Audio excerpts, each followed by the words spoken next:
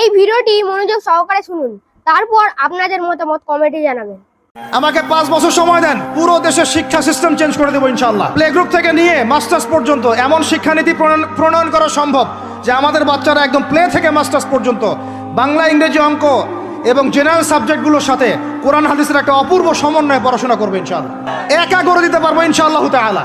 আমাকে এরকম 100 জন শিক্ষাবিদ দেন, 100 জন আলেম ওলামা দেন, একটা প্যানেল করে দেন, পুরো দেশের শিক্ষা চেঞ্জ করে দেওয়া যাবে ইনশাআল্লাহ। যাদেরকে রেখেছেন এদের মাথায় টাটকা গোবর আছে, বইপত্রগুলো ঘাটাঘাটি করেছেন, সমকামিতা প্রমোট করছে আমাদের দেশের মধ্যে, ট্রান্সজেন্ডার প্রমোট করছে আমাদের দেশের মধ্যে, আমাদের বাচ্চা কাচ্চা কচি কাঁচা বাচ্চাদেরকে শারীরিক শিক্ষার নামে যৌন শিক্ষা দিচ্ছে।